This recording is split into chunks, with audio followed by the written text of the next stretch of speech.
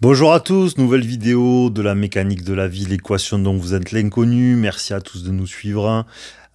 Toujours pareil, le petit rappel d'intro. Au quotidien, on est plutôt sur Instagram et nouvellement Facebook. Toujours le site www.mécaniquedelavie.com et également sur YouTube, évidemment, puisque c'est là où vous devriez voir cette vidéo. Et également en podcast, je l'oublie parfois, hein, sur Spotify pour le moment. Et sûrement qu'on essaiera d'ouvrir d'autres supports par la suite, hein, si vous êtes de plus en plus nombreux à nous suivre. Voilà. Merci à tous. Aujourd'hui, on va traiter une nouvelle question.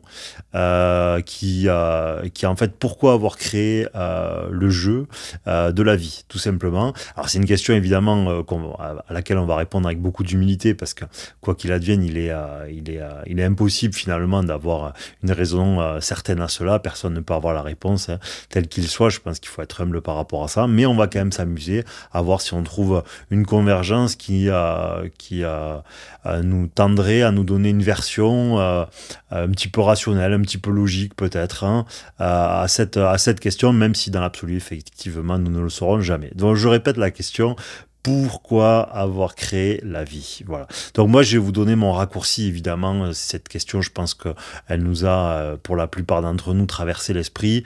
On a dû y voir des dizaines ou des centaines d'hypothèses avant d'arriver à faire jamais quelque chose. Très souvent, moi, j'ai renoncé très souvent dans ma vie à cette question. Je me suis dit non, de toute façon, ça sert à rien, trop compliqué, on peut pas savoir.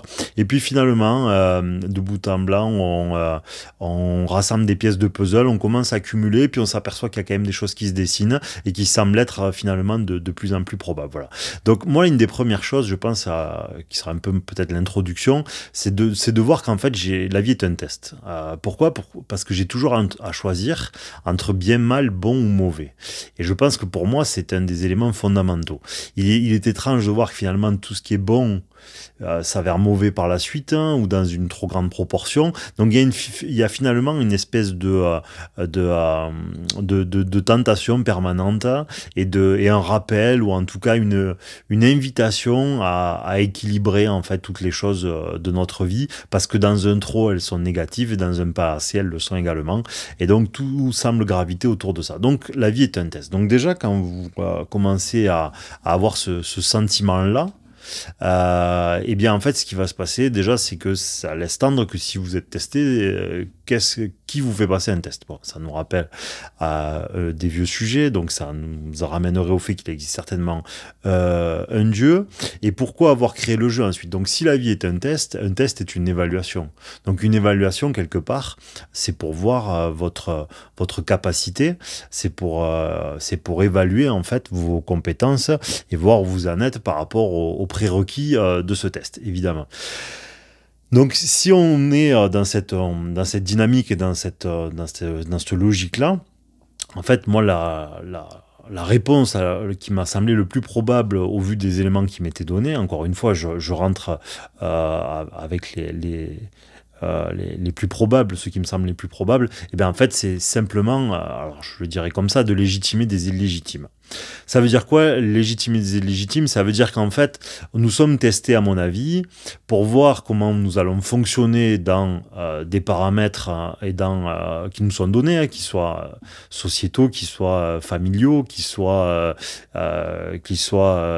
civilisationnels, hein, et même plus infime, hein, ne serait-ce que si vous êtes un homme, une femme, que vous naissez dans une famille de la classe moyenne, le comportement de votre famille, enfin tout a une influence, voilà, et votre vécu dans votre jeunesse également. Voilà, donc en fait c'est tout ça qui va créer votre univers, votre jeu en fait, hein, les paramètres de votre jeu, et dans les paramètres de votre jeu qui vous ont été avec lesquels vous avez signé avec Dieu, si je puis dire, et bien en fait vous allez être évalué en considérant ces paramètres-là, et donc à la fin, au terme de nos réponses en fait et de cette évaluation, voilà, et bien en fait, nous serons, enfin en tout cas moi c'est ce que j'ai probabilisé, nous serons quelque part rétribués en fonction de notre compétence à répondre aux différents paradigmes, aux différentes épreuves, tentations que le jeu nous aura offertes.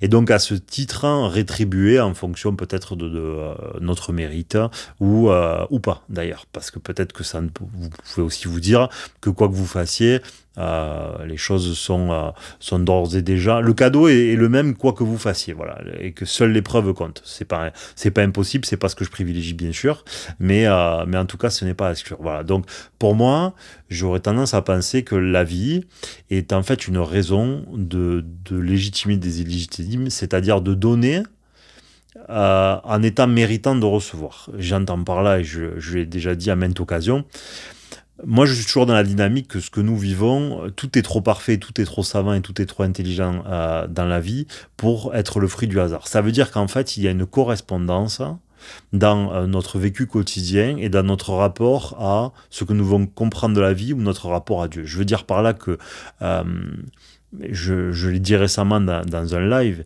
si vous êtes un enfant gâté, le problème c'est que vous n'avez pas si vous êtes né avec la cuillère d'argent comme on le dit, il est difficile pour vous d'avoir la valeur des choses et de ce qui est important et de ce qui ne l'est pas. Et donc à ce titre, ça veut dire quoi? Ça veut dire que si Dieu vous donne quelque chose avant le processus de l'incarnation, c'est-à-dire avant que vous galériez et avant que vous sachiez ce qu'est une chose plutôt qu'une autre, et bien en fait c'est comme si vous étiez illégitime à recevoir le cadeau. Voilà. Et donc c'est la même chose avec l'éducation. Si vous gâtez trop vos enfants, vous avez de grandes chances d'en faire des enfants médiocres ou faibles, parce qu'ils peuvent être de bon cœur, mais comme en fait ils ont été bercés dans la facilité, et bien si un jour vous disparaissez et qu'eux rencontrent un problème, et bien ils seront beaucoup moins adaptables parce qu'en fait ils n'auront jamais rencontré de problématique de toute leur vie. Voilà, donc il est préférable justement qu'ils aient pu un peu concevoir ce qu'étaient les choses, la vie, pour justement devenir beaucoup plus résistants et beaucoup plus résilients. Voilà, pourquoi? Et donc à ce titre, c'est là où je fais le parallèle, et bien en fait vous donnerez à votre enfant dans la mesure où il est légitime à recevoir pour qu'il puisse en fait en faire quelque chose de bien, que ce soit dans son intérêt à lui comme dans l'intérêt supérieur. Voilà, donc je pense qu'en fait les différentes comment dire, il y a beaucoup de moments dans votre vie où vous allez avoir ce rapport-là. Vous allez vous dire, est-ce que je suis légitime à avoir ou est-ce que l'autre est légitime à recevoir? Voilà.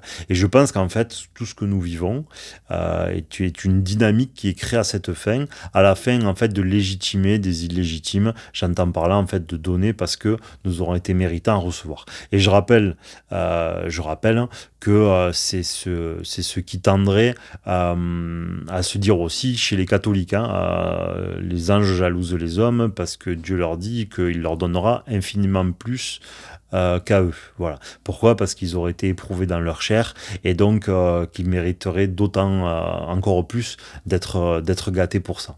Donc voilà, donc pourquoi avoir créé le jeu de la vie? Eh bien pour légitimer des illégitimes à recevoir, tout simplement, et j'espère que c'est suffisamment explicite ainsi.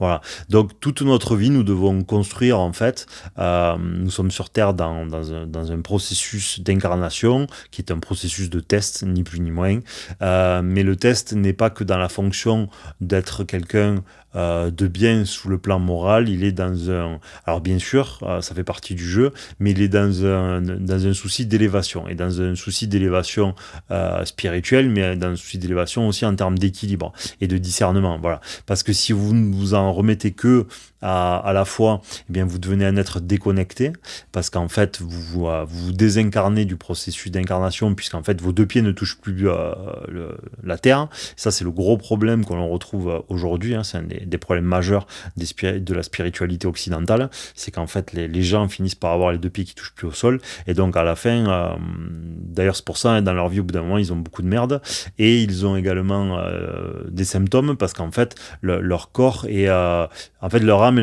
quelque part, métaphoriquement, leur âme et leur corps se dissocient un peu. Voilà, et c'est pour ça qu'en fait le corps va être souffrant, parce que l'intégration de l'âme permet la protection du corps, voilà, parce que c'est une symbiose entre les deux, c'est un équilibre à trouver. Et donc il est très important de considérer que nous sommes dans la vie et sur Terre pour être testés, et dans le processus d'incarnation, c'est-à-dire dans les choses de la vie réelles et pas que spirituelles, doivent être vécues aussi pleinement, et s'adapter au paradigme et aux événements et aux situations en fait de la vie humaine est fondamentale. Voilà. Parce que si vous trouvez réconfort continuel dans la spiritualité, la méditation ou des exercices X ou Y, eh bien en fait c'est comme si c'est un refus d'incarnation, ni plus ni moins, c'est un refus d'incarnation, et donc après c'est pour ça que ça occasionne des pollutions, parce que nous sommes dans une forme déconnectée qui nous permet plus en fait d'être protégés, parce que nous sommes sortis du jeu, tout simplement, parce que le jeu, je le rappelle, hein, est d'évoluer spirituellement bien sûr, d'évoluer sur le plan personnel avec tous les points conscience, confiance, tout ce qu'on aborde depuis le début dans la mécanique de la vie, mais également d'être dans l'incarnation, voilà, si vous êtes hors de l'incarnation, vous vous déconnectez. Si vous déconnectez, en fait, vous sortez un peu ou partiellement du jeu, et donc à ce titre, vous aurez des sommations. C'est pour ça que je dis que vous risquez d'avoir des symptômes et une vie de plus en plus complexe, avec plein de bugs qui vont venir s'y apparenter.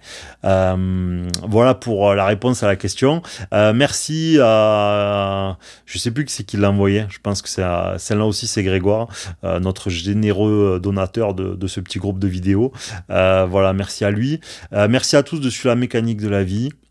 Voilà, j'ai conscience qu'on touche à des sujets qui sont épineux, donc merci d'être courtois par rapport à ça. Je comprends qu'il y en a qui détestent ce qui est raconté, j'ai pas de problème avec ça. Je vous somme simplement d'autoriser les autres à s'octroyer le droit de réfléchir, parce que dans l'absolu, tout peut être vrai comme tout peut être faux, et donc merci à tout le monde de faire preuve d'égard à ce titre. Voilà, merci à tous. Et à très bientôt sur la mécanique de la vie.